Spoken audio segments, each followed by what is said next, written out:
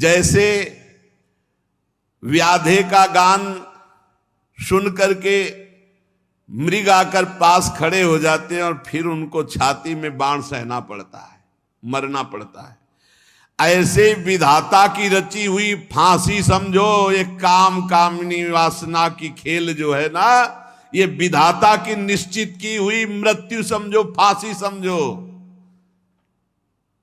बोले अपने लोगों की क्या बात है, अपने तो माता से पैदा हुए हैं, स्त्री शरीर से पैदा हुए हैं। जिन्होंने कभी स्त्री देखा नहीं तो पैदा भी नहीं हुए थे स्त्री से। श्रृंगी ऋषि श्रृंग वो हिरण से पैदा हुए थे। उनके पिताजी विभांडक ऋषि, वो दिनचर्या के लिए जल लेने गए थे तो वहां देखा कि गंधर्व अप्सरा केली करे, अप्सरा को देखा तो अप्सरा का शरीर, बहुत उन्होंने अपनी इंद्रियों को काबू में करना चाहा, लेकिन भगवान की लीला थी तो उनका वीर शक्ति श्राव हो गई। अब वो जल में संध्या तर्पण आदि के लिए स्नान करके अब वो प्यासी हुई मृगी आई, पिया तो ब्रह्म ऋषि का बड़ा ओजस्व तो वो गर्भ रह गया। और जब उसके संतान हुई तो वहीं आश्रम के समीप ही एक सींग केवल हिरण का, जैसे गोकर्ण जी के कान केवल गाय के और बच्चा मनुष्य का, ऐसे सींग केवल एक और बकाया ब्रह्म ऋषि के। वो ध्यान के द्वारा देखा, रहे तो मेरे ही बालक है, उठा के आश्रम में पालन करने लगे। कभी स्त्री देखा ही नहीं था। श्रृंगी ऋषि ने, जो ऋषि श्रृंग कहे गए, कभी देखा ही नहीं था। तो कह रहे तुम तो स्त्री से पैदा हुए हो, समाज में रह रहे हो, जिसने कभी देखा ही नहीं था उनकी हालत। अब एक दशरथ जी के मित्र थे लोमपाद महाराज, लोमपाद जी। अब उनके जो पुत्री थी वो चक्रवर्ती सम्राट अयोध्या नरेश महाराज दशरथ की पुत्री शांता, दोनों में मित्रता थी कि प्रथम संतान जो होगी वो दे दे। तो प्रथम संतान ये युवावस्था को प्राप्त हो गई थी और अकाल पड़ गया राज्य में। तो ब्रह्म ऋषियों से पूछा कि अकाल ये सूखा पड़ गया, इसका कैसे निराकरण हो। तो उनका एक ही उपाय है, आप राज पदवी से हटो, आप राज पदवी पे बैठोगे तो 12 वर्ष तक अकाल ही रहेगा। और राज पदवी पे विभांडक ऋषि के पुत्र श्रृंगी ऋषि को विराजमान करो और अपनी पुत्री का पाणी ग्रहण संस्कार करके अभी वर्षा हो जाएगी। तो उनका जगत रक्षा के लिए, प्रजा रक्षा के लिए मैं ऐसा अवश्य करूं। बोले नहीं, बहुत कठिन है। बोले ब्याह हो ही नहीं सकता। बोले वो इस विषय शून्य है, उनको पता ही नहीं है संसार का राग रंग। और विभांडक ऋषि उनको महान तप में संलग्न किए हुए हैं। तो ब्राह्मणों से कहा फिर क्या हो। तो बोले पहले उनके अंदर काम संस्कार तो डाले जाएं, संस्कार ही नहीं है काम के, तो ब्याह का मतलब क्या होगा। बोले ऐसे ब्रह्म ऋषि की संतान में काम संस्कार कोई खिलवाड़ है। तो बोले खिलवाड़ तो नहीं, पर हो सकता है राज्य की प्रसिद्ध जो गान करने वाली वैश्याएं हैं, नृत्यांगनाएं हैं, उनको बुलाया जाए और अच्छी धनराशि दी जाए और वो काम कला में प्रवीण होती, वो जाके संस्कार डालें। अब बुलाए गई तो बड़ी प्रवीण सब एक से एक। जीव ही श्रृंगी ऋषि के बाद सबने कान पकड़ लिया, महाराज भस्म करवाना चाहते हो। उनके पिता एक सेकंड में जल लेंगे, वो कहेंगे जाओ तो बस हो गया, हम सब ढेर हो जाएंगे। हाथ जोड़ा महाराज ने कि हमारी और सारी प्रजा के जीवन की बात है। तो उनका महाराज है तो बहुत कठिन, प्राणों की बाजी लगा दूंगी आपके लिए, पर हमारे लिए व्यवस्था की जाए जैसी हम चाहते हैं। बोले हाँ। बोले 1 योजन मतलब 4 कोस की नाव और उसमें पूरा आश्रम का निर्माण, ऐसा न दिखाई दे कि नाव चल रही है, और पूरा आश्रम, और उसमें 50 नवयुवतियां और सब कलाओं में प्रवीण, सुंदर एकदम ऐसे। और जो वयोवृद्धा प्लान बनाई थी उसकी जो पुत्री थी बड़ी प्रवीण थी, उससे कहा जान की बाजी लगा के जाना और श्रृंगी ऋषि को ये खवाओ ये पियाओ ऐसे ऐसे। वहां गुप्तचर लग गए राजा के। पता चला हफ्ते में एक बार श्रृंगी ऋषि के पिताजी विभांडक ऋषि जाते थे कंदमूल फल लेने। अब 2-4-10 घंटा तो लगते ही थे, इधर फल उधर फल, कोई एक बगीचा थोड़ी सेव का कि तोड़ के ले आए। सूचना मिली, गए। बहुत डरती हुई भगवान को प्रणाम करके कि भगवान क्षमा करना, संपूर्ण देश की रक्षा के लिए राजा की आज्ञा से मैं ऐसा करने जा रहा हूं, यद्यपि बड़ा अमंगल कार्य है किसी ऋषि को उसके मार्ग से। अब वहां आश्रम की मर्यादा की जो ऋषि आते, ऋषि मुनि आते, तो उनको सिखाया गया था श्रृंगी ऋषि को खड़े होकर के आदर करना, आसन देना, अर्घ देना, जो भी कंदमूल फल है वो पवाना, सम अवस्था के हैं तो गले लगाना ऋषियों की। और उसको स्पष्ट उस बूढ़ी वैश्या ने सिखा दिया था, ऋषि के द्वारा दिए हुए ना आसन पे बैठना क्योंकि भस्म हो जाओगी। वो सब सच्चे महापुरुष हैं, अगर उनके द्वारा दिया आसन तो तुम्हारे सारे के सारे सुकृत नष्ट हो जाएंगे, आयु नष्ट हो जाएगी। उनके द्वारा दिया हुआ कोई अतिथि स्वीकार मत करना, आतिथ्य स्वीकार मत करना। गई, जे भी गए सो खड़े हो गए। वो तो नई अवस्था, एक सिंह, बड़े देव स्वरूप सुंदर। उन्होंने कभी स्त्री देखे नहीं था, उन्होंने सोचा ऋषि आ रहे। वो आए, उन्होंने कहा महाराज मेरा नियम है, आप हमें प्रणाम नहीं करेंगे, हम आपका आसन नहीं, अपना आसन निकाला और आपका दिया हुआ पानी भी नहीं पिएंगे क्योंकि हम नियम में चल रहे हैं। अच्छा, हाँ बोले इतना हो सकता है। गले लग, जो ही गले लगे तो आज तक किसी ऋषि मुनि के गले लगने में ऐसा उनको अनुभव नहीं हुआ था। अरे कहां वो त्वचा, कहा गर्मी सर्दी सहने वाली त्वचा ऋषि मुनियों की। तो उनका ऋषि, आप किस देश के ऋषि जिनके केस लंबे लंबे, हमारे केस तो जटा पड़ गए। वो एकदम भोले, संसार को जानते नहीं थे। तो उनका, हम थोड़ी दूर चलना पड़ता है, हमारा एक नगर है जिसमें हम जैसे बहुत से ऋषि मुनि हैं, तो उनका हम एक पेय बना के पीते हैं इसलिए इतने सुंदर हैं, उनको पिलाओ। पिलाया, खवाया, अच्छे अच्छे फलों का जूस, आसो खूब। अरे अब तो श्रृंगी ऋषि को लगा कि कभी भी विभांडक ऋषि लौट के लावे और ये ऋषि हमारे साथ रहे। इतने में इशारा हुआ गुप्तचर का कि महाराज वहां से चल पड़े। तो उनका बस हमारे अनुष्ठान का समय होता, हम जा रहे हैं।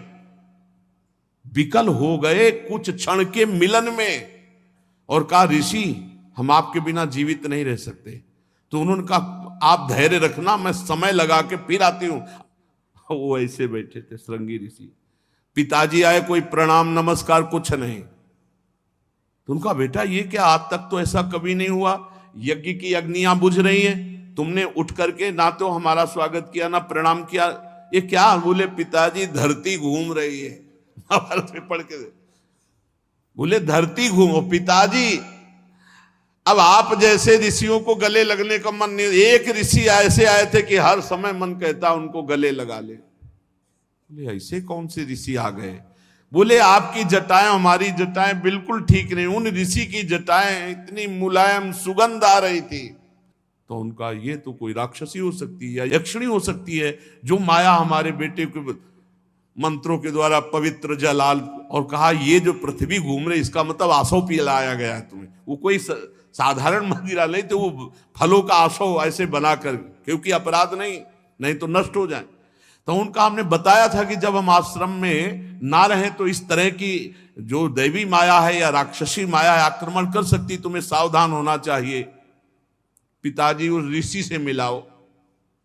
धीरे धीरे 1 हफ्ता तो नहीं गए, फिर उन्होंने कम समय में कंदमूल फल लाने का सोचा।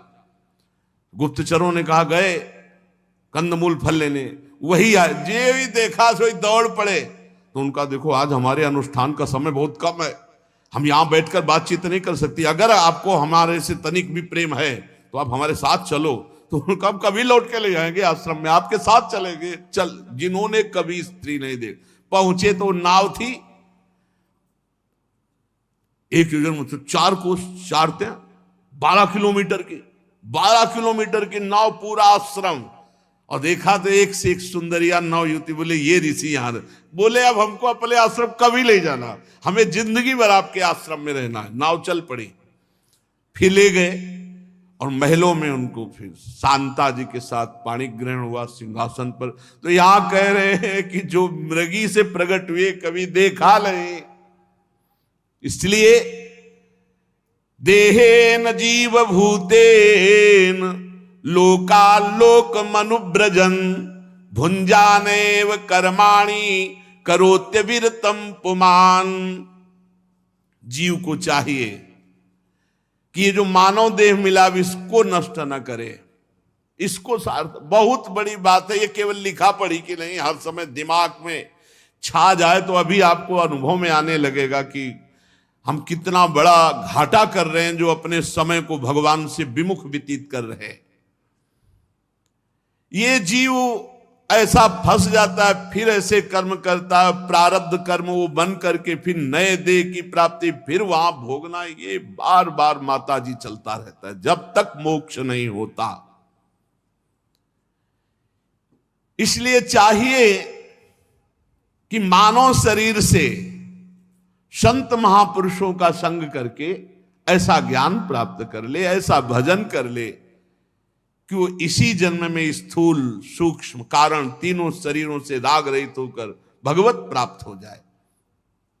तस्मान कार्या संत्रासो न कार्पण्यम न संभ्रमः बुद्ध्वा जीव गतिम धीरो मुक्त संगश्चरे दिह। उपासक को चाहिए कि ये सब सुनकर भयभीत ना हो जाए, कमजोरी ना आने पावे। भय मत करो, भगवान हजारों जन्मों की सेकंड में बिगड़ी बना देने वाले हैं। भरोसा रखो और अपने स्वरूप का थोड़ा तो ज्ञान रखो। तुम अविनाशी हो, निर्लेप हो, निर्विकार हो, तुम्हें कोई कभी गंदा कर ही नहीं सकता। तुमने गंदगी बटोर रखी, बस उसे छोड़ना है। धैर्य पूर्वक नाम जप करते हुए निसंग भावना से इस माया चक्र को तोड़ना है, जन्म मरण के चक्र को। शरीर जिसने धरोहर की तरह रखा, कबीरदास जी महाराज कहे, चदरिया जैसी की तैसी धर दीनी झीनी रे झीनी। प्रभु जैसा शरीर दिया था इसे अपवित्र नहीं किया, वैसे ही वापस कर रहे हैं। जैसी बुद्धि दी थी कभी से फंसने नहीं दिया, वैसे ही भीष्म जी कह रहे हैं प्रभु श्री कृष्ण से अंतिम समय मेरी बुद्धि रूपी कुमारी कन्या का श्री कृष्ण वरण करो। आज तक बुद्धि ने किसी का वरण नहीं किया। इस शरीर को धरोहर की भांति रख करके जितने दिन जीना है खूब नाम जप करो, धर्म पूर्वक आचरण करो, दूसरों को सुख पहुंचाओ और वो सब भगवान को अर्पित कर दो, उसका फल हो जाएगा भगवत प्राप्ति। और जो पुरुष ऐसा नहीं करता, केवल घर में रहकर सकाम भाव से गृहस्थों के धर्म का पालन करता है, न नाम जप, न भजन, न कीर्तन, न कथा, न परोपकार, और बस वही काम भोग का अनुष्ठान, तरह तरह की कामनाओं से मोहित, भगवत धर्मों से विमुख, और बहुत बना तो श्राद्ध पितरों को पिंडदान, बस इसी में लगे रहते हैं। उनकी बुद्धि केवल उपासना कर सकती है तो पिंडदान, देवता, पितर इन्हीं को। और ये उपासना जब बहुत अच्छी हो जाए देवताओं की, पितरों की, श्राद्धों की, तो चंद लोक तक पहुंचाती है, कोई भगवत प्राप्ति नहीं। चंद लोक से पुण्य क्षीण होकर फिर यही मृत्यु लोक में आना पड़ता है। जिस समय प्रलयकालीन भीषण शेष जी के फणों से जहरीली आग निकलती है तो ब्रह्मलोक तक सब भस्म हो जाता है, औरों की तो बात क्या, ये चंद्रलोक आदि क्या।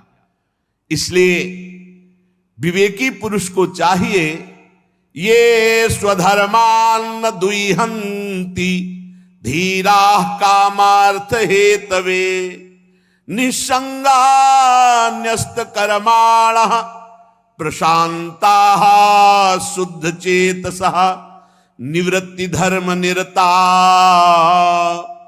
निर्ममा निरहंकृता स्वधर्माख्येन सत्वेन परिशुद्धेन चेतसा। ऐसे जाते हैं भगवत धाम को, अनासक्त हैं, जो किसी से भी आसक्ति नहीं, सब में भगवत भाव, प्रशांत, किसी भी द्वंद्व से वो विक्षेप को प्राप्त नहीं होते, प्रशांत। अंतःकरण की कैसी भी स्थिति हो, उपासक को कभी विक्षिप्त नहीं होना चाहिए। आप अंतःकरण नहीं हो उस समय, तत्काल ध्यान, अशांत है अंतःकरण, बहुत परेशानी, जलन हो रही, आप बिल्कुल अलग हो जाओ।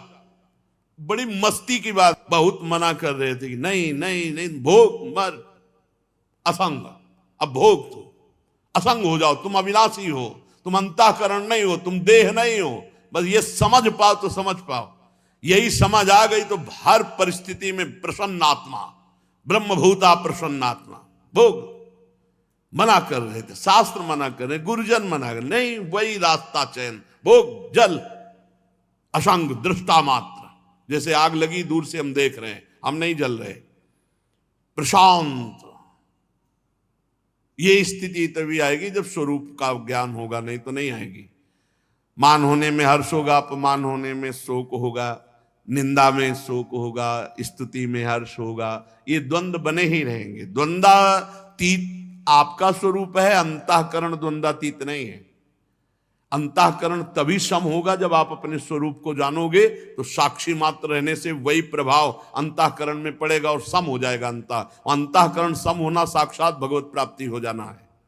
कोई भी द्वंद्व अंतःकरण में प्रभाव ना डाले, चाहे मान हो, चाहे अपमान हो, निंदा हो, स्थिति हो, लाभ हो, हानि हो, सुख हो, दुख हो, या मृत्यु ही क्यों ना आने वाली हो, कोई भी हलचल न पैदा हो, यह सिद्ध पुरुष का लक्षण है।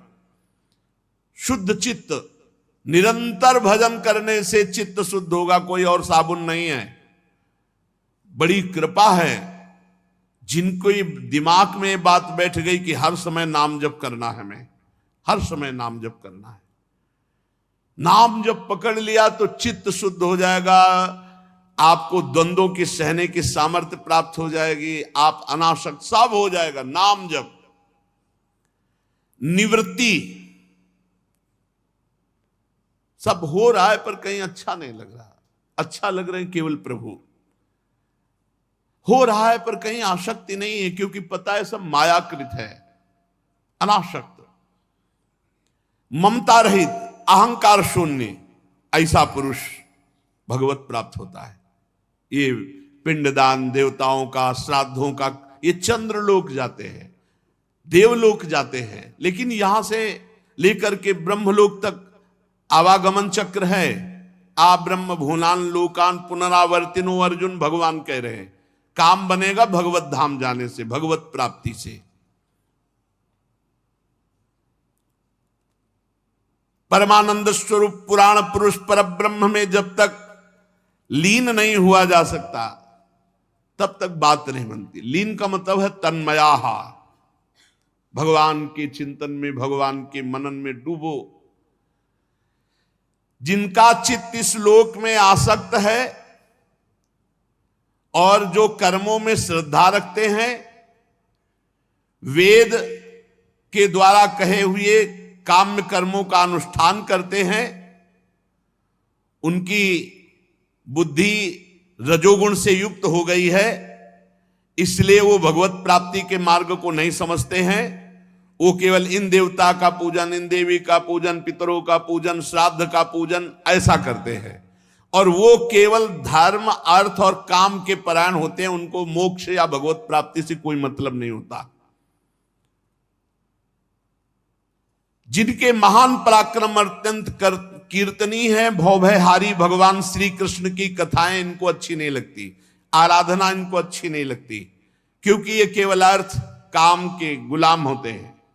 इनकी आराधना बस श्राद्ध, पितर, देवी देवता जो हमारी कामनाओं की पूर्ति कर दें, कोई मोक्ष धर्म या भगवत प्राप्ति की ऐसी कोई आकांक्षा नहीं होती, जो अज्ञानी जन है।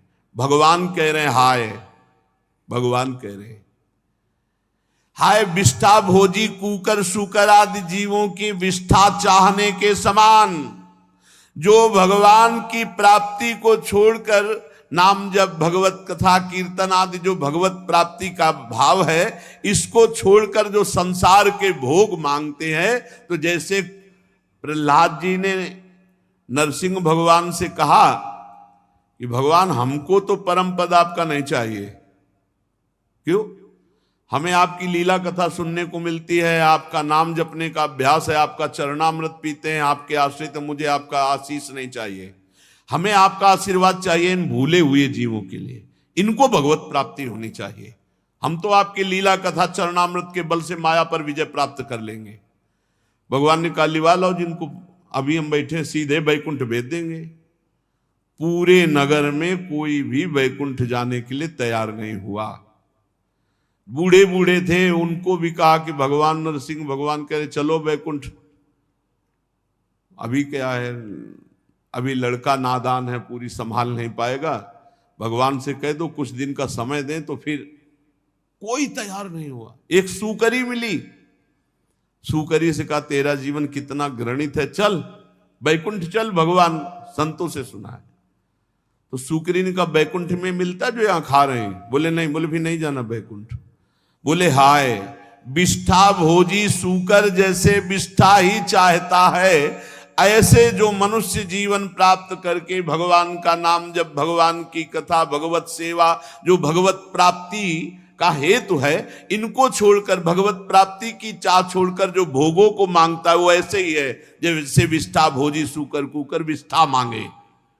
गर्भाधान से लेकर अंत्येष्टि क्रिया तक सब संस्कारों को विधि पूर्वक करने वाले सकाम कर्मी सूर्य से दक्षिण की ओर पितृयान धूर्म मार्ग में प्रीतिश्वर आर्यमा के लोक में जाते हैं और फिर पुनः मृत्यु लोक में लौटते हैं। इनका कल्याण नहीं होता, ये भगवत प्राप्त नहीं होते। ध्यान दीजिए, जो गर्भाधान से लेकर अंत्येष्टि संस्कार तक बिल्कुल शास्त्र सम्मत होते हैं, वो केवल पितृयान में जाते हैं। भजन नहीं करोगे तो कोई दूसरी ऐसी साधना नहीं जो भगवत प्राप्ति करा दे।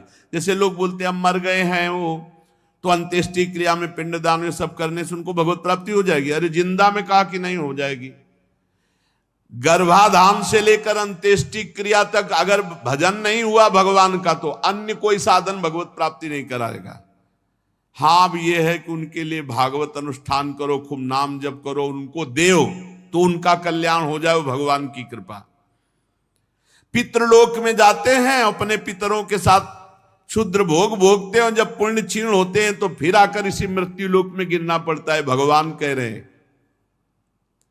ततस्ते क्षीण सुकृता पुनर्लोकमिमं सति पतंति विवसा देवै सद्यो बिभ्रंसितोदया। गिरना पड़ता है, इसी लोक में विवश होकर जन्म लेना पड़ता है। इसलिए माताजी, परम कल्याण के लिए, परम मंगल के लिए, परम सुख के लिए एकमात्र श्री भगवान के चरणों का भजन। तुम श्री भगवान के गुणों का आश्रय लो, भक्ति के द्वारा मन वाणी शरीर से भजन करो। भगवान श्री कृष्ण के प्रति किया हुआ थोड़ा सा भक्ति योग भी संसार से वैराग्य और ब्रह्म साक्षात्कार रूप ज्ञान की प्राप्ति करा देता है। इसलिए भगवत स्वरूप जब तक सारा संसार नहीं दिखाई देता, तब तक सच्ची भक्ति का स्वरूप प्रकाशित नहीं हुआ। वासुदेवा सर्वम, सब मेरे प्रभु, खत्म खेल। सर्वत्र भगवान का दर्शन होने लगा तो जीते जी जीवन मुक्त हो गया। वही संग रहित समान रूप, दोष और गुणों से रहित, महिमा में आरूढ़, ब्रह्म साक्षात्कार किए हुए महापुरुष है, जिसको सर्वत्र भगवान की अनुभूति, सर्वत्र ज्ञान मात्रम परम ब्रह्म परमात्मेश्वर पुमान दृश्यादि भी पृथक भावैर भगवाने कईयते। दृश्य अलग अलग है लेकिन दृश्य में भगवान एक है। सब जगह ये जो जानता है वही ज्ञान मात्रम परम ब्रह्म परमात्मेश्वर पुमान। ब्रह्म एक है, ज्ञान स्वरूप है। बाह्य वृत्तियों वाली इंद्रियों के द्वारा भ्रांतिवश अनेक अनेक रूप, अनेक अनेक पदार्थ दिखाई देते हैं, लेकिन सब में परमात्मा एक है। माता जी, योगाभ्यास के द्वारा एकाग्र चित्त से, असंग बुद्धि से ऐसा दर्शन होता है, ऐसा अनुभव होता है। योगाभ्यास यही कि बार बार चित्तवृत्ति को हटाकर प्रभु में लगाना, एकाग्रता पूर्वक प्रभु का चिंतन करना, असंग, किसी से अपनापन न करना। माता जी, मैंने ब्रह्म साक्षात्कार का साधन रूप ज्ञान तुम्हें सुनाया। हे देवी, ज्ञान योग और मेरे योग भक्ति योग, इन दोनों का फल एक ही भगवत प्राप्ति है। ज्ञान में आत्मस्वरूप का बोध होना, संसार से मुक्त हो जाना। भक्ति में भगवान का साक्षात दर्शन होना, संसार से मुक्त हो जाना, आत्मबोध हो जाना। मम दर्शन फल परम अनुपा, जीव पाओ निज सहज स्वरूपा। नाना प्रकार के कर्म कलाप करने वालों को क्या मिलना है? इसलिए उन हर कर्मों को भगवान को समर्पित करते हुए, नाम जप करते हुए कर्म करो। मान लो, कोई भी कर्म शास्त्र विरुद्ध मत करो, नाम जप करते हुए सत्कर्म करो, उसे भी भगवान को समर्पित कर दो, बच जाओगे इस माया की पिटाई से। नहीं तो बार बार कौन कौन सी योनि में जन्मना मरना। माता जी, मैंने ये सब तुम्हें 4 प्रकार की भक्ति सुनाई, अष्टांग योग सुनाया, प्रकृति और पुरुष काल, ये सब सुनाया। 4 प्रकार की भक्ति, सतोगुणी, रजोगुणी, तमोगुणी और गुणातीत। देहूति जी ने कहा, प्रभु ब्रह्मा जी आपके ही नाभि कमल से प्रकट हुए हैं। प्रलयकालीन जल में शयन करने वाले आपके पंचभूत इंद्रिय शब्दादि विषय मनोमय विग्रह, जो सत्वादि गुणों के प्रवाह से युक्त सत्स्वरूप, कार्य एवं कारण दोनों के बीज हैं, ये सब हमने सुना। निष्क्रिय सत्य संकल्प, संपूर्ण जीवों की गति, ये सब सुना। बड़ी विचित्र बात है प्रभु, ये सारा प्रपंच आप में है, फिर भी आपको भूला हुआ है। कैसे नाथ आप परम स्वतंत्र आनंदमय हो कि माया में बालक रूप धारण करके अपने चरण का अंगूठा चूसते हुए अकेले वटवृक्ष के पत्ते पर शयन करते हो, और उन परमात्मा को मैंने अपने गर्भ में धारण किया। विभो, आप पापियों का दमन करने वाले हो, अपने आज्ञाकारी भक्तों का अभ्युदय एवं कल्याण करने के लिए स्वेच्छा से धारण करते हैं। जैसे आपके और अवतार हुए, ऐसे आपका एक कपिल अवतार हुआ। ये केवल योग मार्ग, भक्ति मार्ग, ज्ञान मार्ग दिखाने के लिए हुआ। भगवान, यन्नामधेय श्रवणानुकीर्तनात् यत्प्रवहणाद्यति स्मरणादपि क्वचित् स्वादोपि सद्यः सवनाय कल्पते कुतः पुनस्ते भगवन्नुदर्शनात्। अहो वत्सपचतो गरीयान् यज्जिह्वाग्रे वर्तते नाम तुभ्यं ते पुस्तपस्ते जुहुवु शश्नुरार्या ब्रह्मानो चूर्णाम गृणन्ति येते। भगवान, वो धन्य हो जाता है जिसे आपका नाम सुनने को मिल जाता है। नाम कीर्तन, भूला भटका माया में जो आसक्त चित्त है, अगर उसको भी नाम महिमा सुनने को मिल गई, नाम जपने लगा, नाम कीर्तन, तो कह रहे स्वादोपि सद्यः सवनाय कल्पते। कुत्ते का मांस खाने वाला चांडाल भी सोमयाजी ब्रह्म ऋषि के समान पूजनीय हो जाता है, जो आपका नाम जपने लगता है, नाम कीर्तन करने लगता है। अहो वत्सपचतो गरीयान यज्जिह्वाग्रे वर्तते नाम तुभ्यं ते पुस्तपस्ते जुहुवु शश्नुरार्या ब्रह्मानो चूर्णाम गृणन्ति येते। वह स्वपच चांडाल भी सर्वश्रेष्ठ जगत बंदनीय हो जाता है, जिसकी जिह्वा के अग्रभाग पर हे प्रभु आपका नाम विराजमान हो। जो आपका नाम जप करता है उसने तपस्या कर लिया, सब यज्ञ कर लिए, सब तीर्थ अवगाहन कर लिया, सब सदाचार का पालन कर लिया, सब साधनाएं कर ली, सब वेदाध्ययन कर लिया, नाम जप के बराबर कुछ नहीं।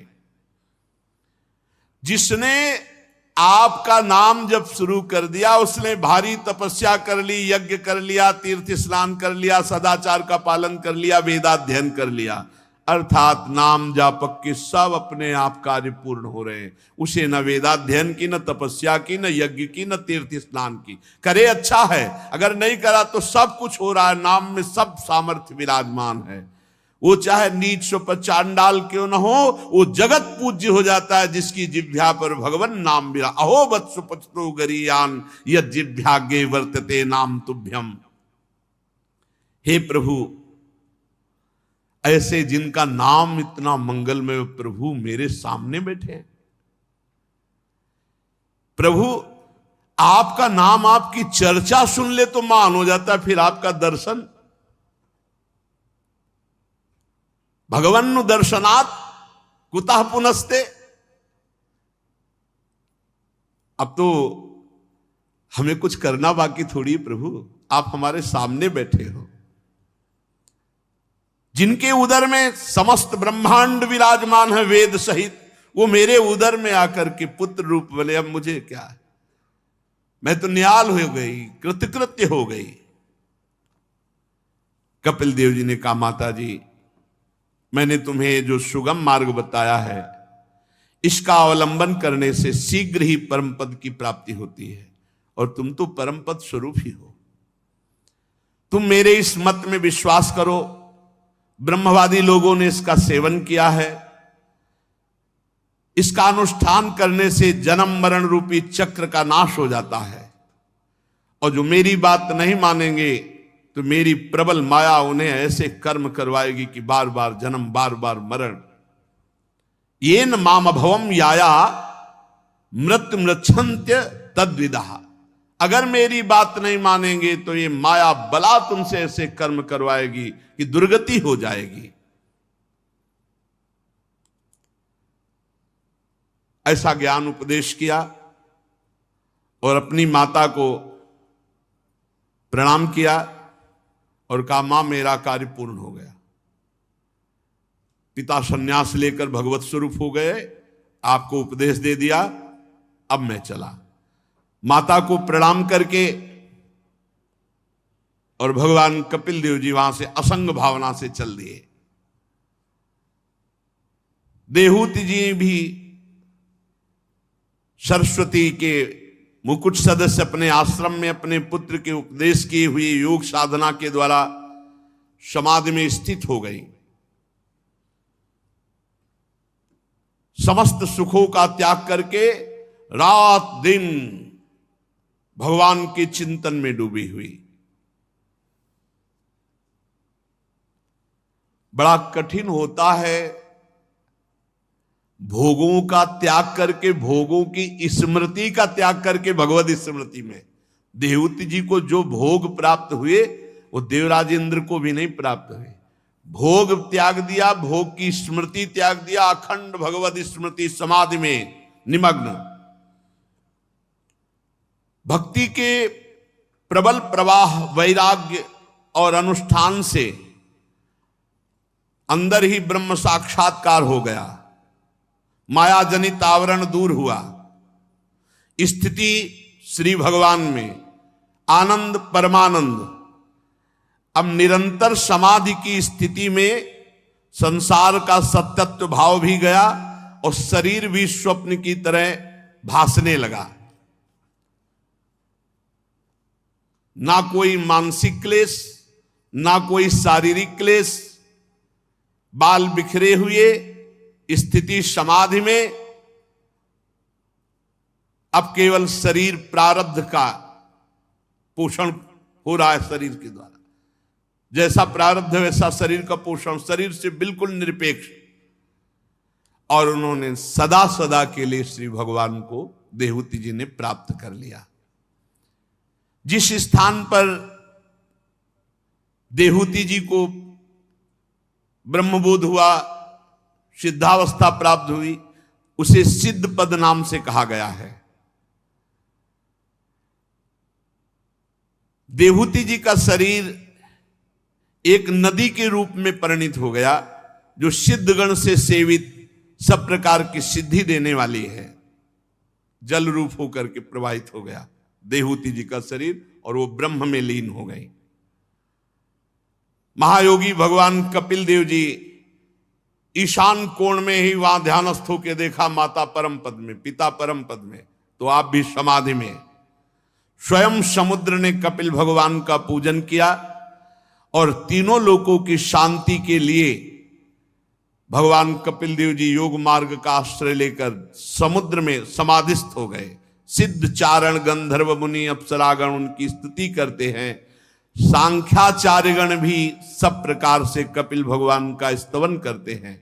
निष्पाप विदुर जी, तुम्हारे पूछने से मैंने ये भगवान कपिल और देहूति जी का परम पवित्र संवाद सुनाया। यह कपिल देव जी का मत अध्यात्म युग का गूढ़ रहस्य है। जो पुरुष श्रद्धा पूर्वक इस कथा को सुनेगा वो भगवान की विशुद्ध भक्ति से युक्त होकर अंत में भगवान के परम पद को प्राप्त होगा। जो श्रद्धा पूर्वक इस संपूर्ण प्रसंग कपिलोपाख्यान को सुनेगा वो भगवान की भक्ति से युक्त होकर इसी जन्म में भगवत प्राप्ति करेगा। श्री मैत्रेय जी स्वयंभू मनु की महारानी शतरूपा से प्रिव्रत और उत्तानपाद ये दो पुत्र हुए थे। 3 कन्याएं आकुति, देहूति, प्रसूति। तो देहूति जी का आप चरित्र सुने पूरा। आकुति का यद्यपि उसके भाई थे तो भी महारानी शतरूपा की अनुमति से उन्होंने रुचि प्रजापति के साथ पुत्रिका धर्म के साथ विवाह किया। पुत्रिका धर्म के अनुसार किए जाने वाले विवाह में शर्त होती कि कन्या के जो पहला पुत्र होगा उसे कन्या के पिता स्वीकार करेंगे। प्रजापति रुचि भगवान के अनन्य चिंतन के कारण ब्रह्म तेज से संपन्न महापुरुष थे। उन्होंने आकुति के गर्भ से पुरुष और स्त्री का एक जोड़ा उत्पन्न किया। उनमें जो पुरुष था वो साक्षात यज्ञ स्वरूपधारी भगवान श्री हरि, और जो स्त्री थी वो भगवान से कभी अलग न रहने वाले लक्ष्मी जी के अंश स्वरूपा दक्षिणा। यज्ञ और दक्षिणा का प्रादुर्भाव हुआ। मनु जी अपनी पुत्री आकुति के उस परम तेजस्वी पुत्र यज्ञ और दक्षिणा को पास रख लिया। रुचि प्रजापति ने जब दक्षिणा विवाह के योग्य हुई तो उसने भगवान को ही पति रूप में प्राप्त करने की इच्छा की। तब भगवान यज्ञ पुरुष ने दक्षिणा से विवाह किया। इसलिए यज्ञ तभी पूरी मानी जाती जब दक्षिणा हो, दक्षिणा दी जाए। इससे दक्षिणा को बड़ा संतोष हुआ। भगवान प्रसन्न होकर उससे 12 पुत्र उत्पन्न किए।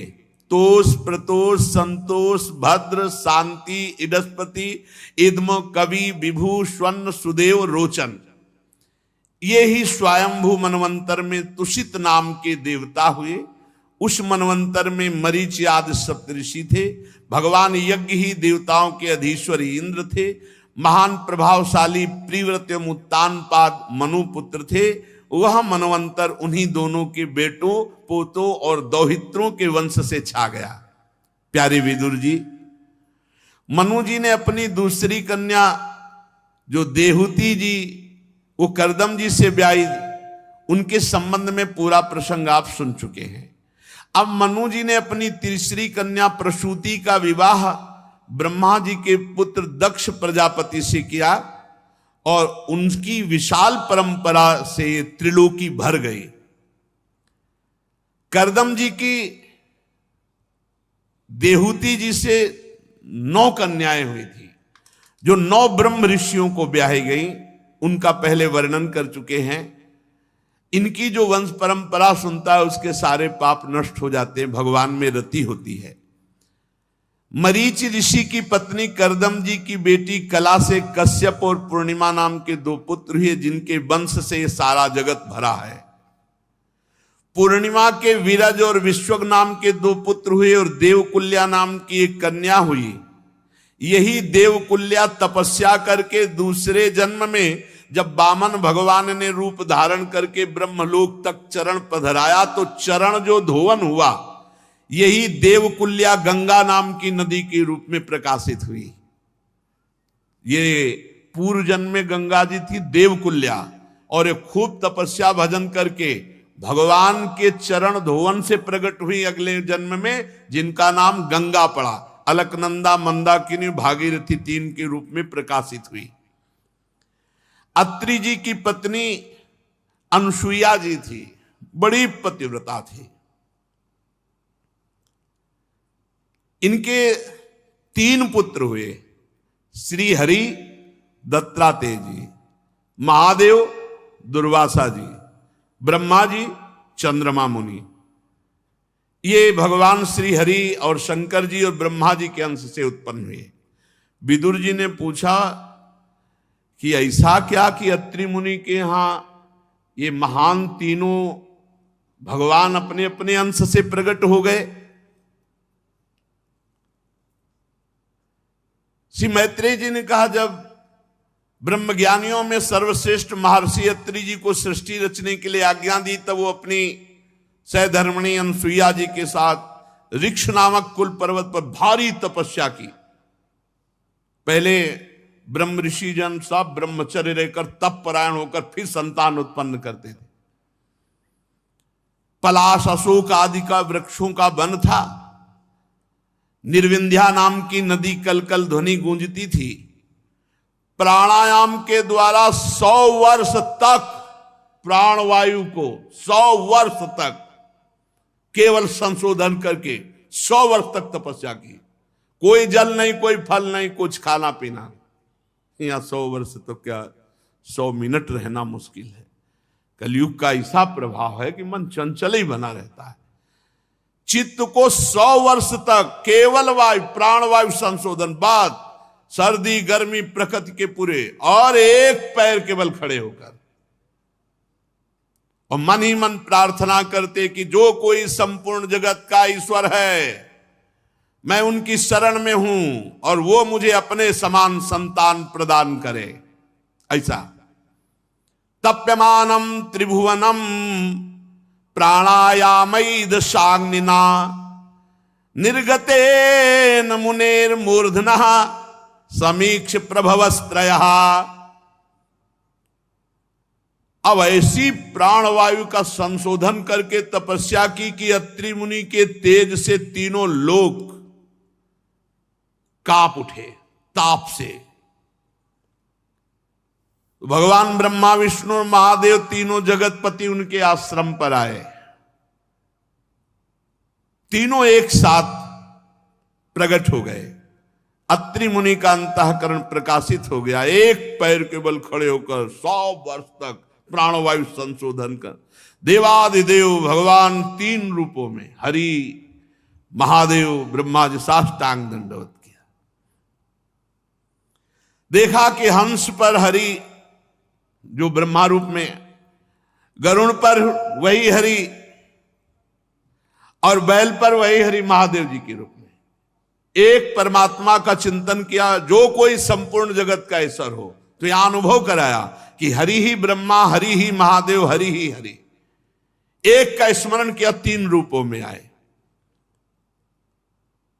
एक के हाथ में सुदर्शन चक्र है, तो एक के हाथ में त्रिशूल है, तो एक के हाथ में कमंडल है। तीनों कृपा की वर्षा कर रहे हैं।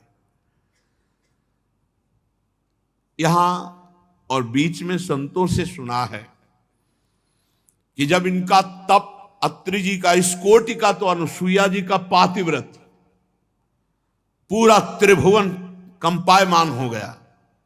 तो एक दिन नारद जी ने लक्ष्मी जी और रुद्राणी और ब्रह्माणी से अलग अलग मिले और कहा, आपका पातिव्रत धर्म जो है लघु होने जा रहा है। इतना श्रेष्ठ अनुसुईया जी का पातिव्रत धर्म है। वैसे स्वाभाविक आप तीनों पतिव्रता हैं, पर आपसे बढ़कर अनुसुईया जी का ऐसा कैसे हो सकता है? उनका परीक्षा ले लो। नारद जी, जब कोई लीला होनी होती भगवान की, तो लीला मन है नारद जी भगवान के। अब तीनों देवियों ने अपने अपने प्रीतम से प्रार्थना की कि अनुसुईया जी की परीक्षा ले रही है। वह देखो समस्या में फंस जाओगी। वो शांति से अपने भजन साधन में लगे, काहे को उनको। माता जी ने हट कर लिया कि नहीं, आपको जाने। तो प्रभु ने कहा फिर संभालना तुम्ही, जा रहे। तीनों भगवत स्वरूप ढककर संत वेश में गए। ये हमने संतों से चरित्र सुना शास्त्र में। जो अभी यहां तीनों के प्रकट होने का वो इस रूप से है कि अत्रि जी ने एक मंत्र का अनुष्ठान किया कि जो कोई संपूर्ण जगत का ईश्वर है, मैं उसकी शरण में हूं, वो अपने समान संतान प्रदान करे। तो अतिथि सत्कार बहुत आवश्यक है। सदगुरुदेव भगवान ने कहा कि जो विरक्त फुटपाथ में सोता है, मांग के खाता है, उसका कोई अधिकार नहीं है। अगर एक छोटी सी भी कुटिया बनी और कोई आ जाता है कहता भूख लगी और फिर आप उसे वापस भेज देते तो आपके सुकृत और तप नष्ट हो जाएगा। अब आपको पवाना पड़ेगा, कुटिया क्यों बनाया। अगर वो आया है और कह रहा है मुझे भूख लगी है, तो जो कुछ आपके पास रूखा सूखा है पवाइए, उसका स्वागत कीजिए। ये धर्म है कुटिया बनाने का। भगवत स्वरूप तीनों भगवान संत वेश में गए और कहा मुझे भूख लगी है। तो उनका आप ठहरिए, हम कंदमूल फला, बोले हम ना फलाहारी है ना हम दुग्ध पान करेंगे आज। तेजो में भगवत स्वरूप है, कोई वहां छल कपट पाखंड का तो प्रवेश ही नहीं। इतनी तो स्वयं अनुसुईया जी सामर्थ्यशाली है। अनुसुईया जी मुस्कुराई कि ये कैसा आतिथ्य सत्कार। आंख मूंदा और तपस्या में विराजमान अत्रि जी उनसे बात की कि आपके घर में अतिथि पधारे हैं। वो बड़ा अटपटा उनकी प्रश्न है, बड़ी अटपटी मांग है। तो मैं तो तपस्या में संलग्न हूं, तुम उनको पुत्र बना लो। पति की आज्ञा कमंडल से जल लिया और कहा तुम तीनों 6-6 महीना के बालक बन जाओ। हल्लू बन गए। गंगाधारी महादेव जी 6 महीने, कितने अच्छे लग रहे होंगे। छोटे छोटे गोरे चरणारविंद ऐसे ऐसे करके गंगा जी त्रिशूल हाथ में है। छोटे से भगवान हरि, छोटे से 4 मुख वाले ब्रह्मा जी, पियो दूध। जगत माता भगवान को दुग्ध पिला कर 3 पालने पे कई दिन हो गए। नारद जी पहुंचे, बोले भगवान कहाँ है। बोले गए थे अनुसुईया जी की परीक्षा में, अभी तो वो कभी नहीं आएंगे। बोले क्यों। बोले पालने में है 6-6 महीना के। बोले तुम फंसा दिए नारद जी से। कहा तो फंसा दिए ऐसा। अरे हम तो परीक्षा के लिए कहा। तो बोले परीक्षा में तो फंस गए वो, अब क्या होगा। बोले जाओ पैर पड़ो, हाथ जोड़ो, तो भले हुआ कोई गुंजाइश हो। अभी तो 6 महीना के हैं, आगे जब सयाने हो स्वयंवर हो तो भले चली जाना। तीनों आद्या शक्तियां हैं, श्री लक्ष्मी जी, अंबा जी और ब्रह्माणी जी। अनुसुईया जी के पास गई और कहा कि क्षमा करो, हम आपके पातिव्रत परीक्षा के लिए अपने अपने प्रभुओं को भेजा था, हमें वापस कर दो। कौन हो आप। तो परिचय बताया ऐसा है। बोले नहीं अभी हमारे तो बच्चे छोटे हैं, अभी ब्याह लायक नहीं, अभी नहीं देंगे हम। अब इतना सौभाग्य मिला, अब थोड़ा बड़े हो 18-20 के तब आना, हो पसंद कर ले बालक हमारे। तो बात फिर चरणों में गिरी, मान गई आपका तप, आपका भजन, आपका पति प्रेम सर्वश्रेष्ठ है, आप कृपा करो। फिर कमंडल से वैसे भगवत स्वरूप हो गए। तब तक अत्रि जी भी आ गए। तब प्रार्थना की कि प्रभु ये पालना खाली नहीं रहना चाहिए। तो भगवान श्री हरि के अंश से दत्तात्रेय जी और भगवान शंकर के अंश से दुर्वासा जी और भगवान ब्रह्मा जी के अंश से चंद्रमा मुनि, इन 3 महापुरुषों को पालने पे, और यही तीनों अत्रि अनुसुईया जी से प्रकट हुए।